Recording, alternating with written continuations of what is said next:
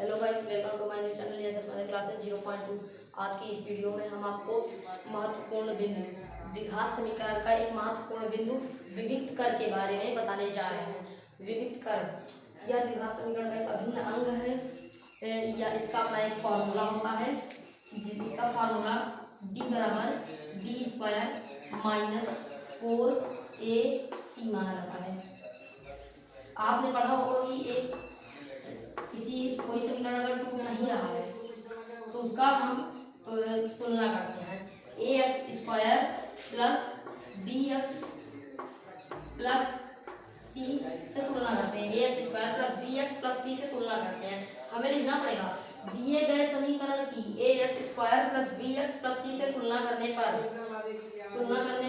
हमारा ए बराबर ए x square किसान यहाँ ए है तो ए 3 डी एक्स के साथ 6 है तो मतलब डी बराबर 6 सी बराबर 4 तो ए बराबर डी बराबर सी बराबर आ गया ए बराबर 3 डी बराबर 6 सी बराबर 4।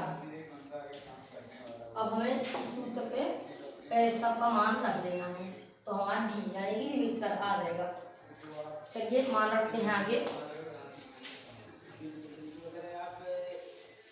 मेन अब हमें जिससे मतलब था वो हमें मिल गया है। ए और बी और सी का मान अब समीकरण में हमें कोई मतलब नहीं है तो हम लिखते हैं डी बराबर बी स्क्वायर माइनस 4ac बराबर बी स्क्वायर 6 का स्क्वायर माइनस 4 गुणे 3 गुणे 4 6 36 माइनस 4 तिक्का 12 12 चौक 48 बराबर minus 12।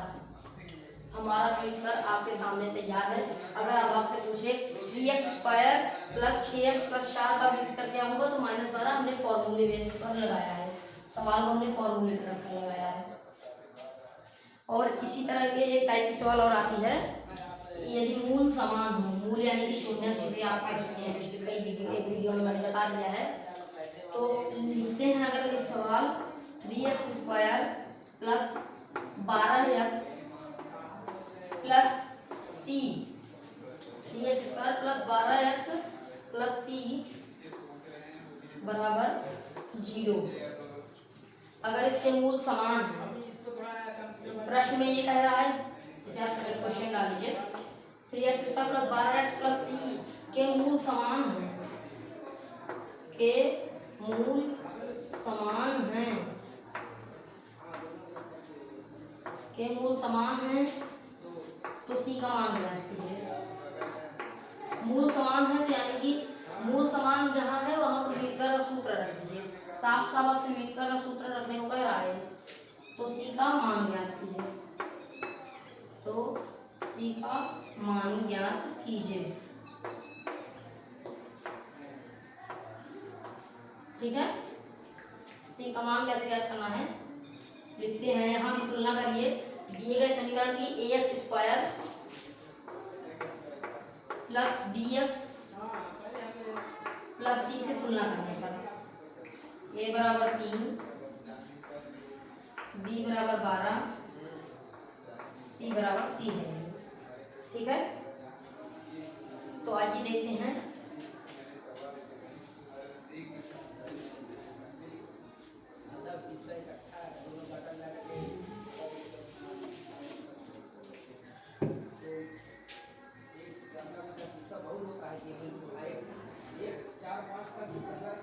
B square minus 4ac मूल समान है इसलिए बराबर 0 कर देंगे।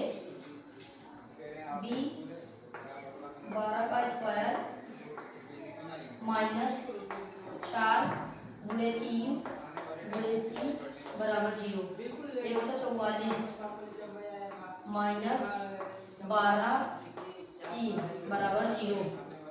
ठीक है, 144 माइनस 12 सी बराबर 0। अब माइनस 12 सी बराबर माइनस 144 बराबर के बाईं ओर चला गया इसलिए यहाँ माइनस आ जाएगा। माइनस माइनस कैंसिल कर देंगे तो सी बराबर 144 बटे 12 बराबर 12। अतः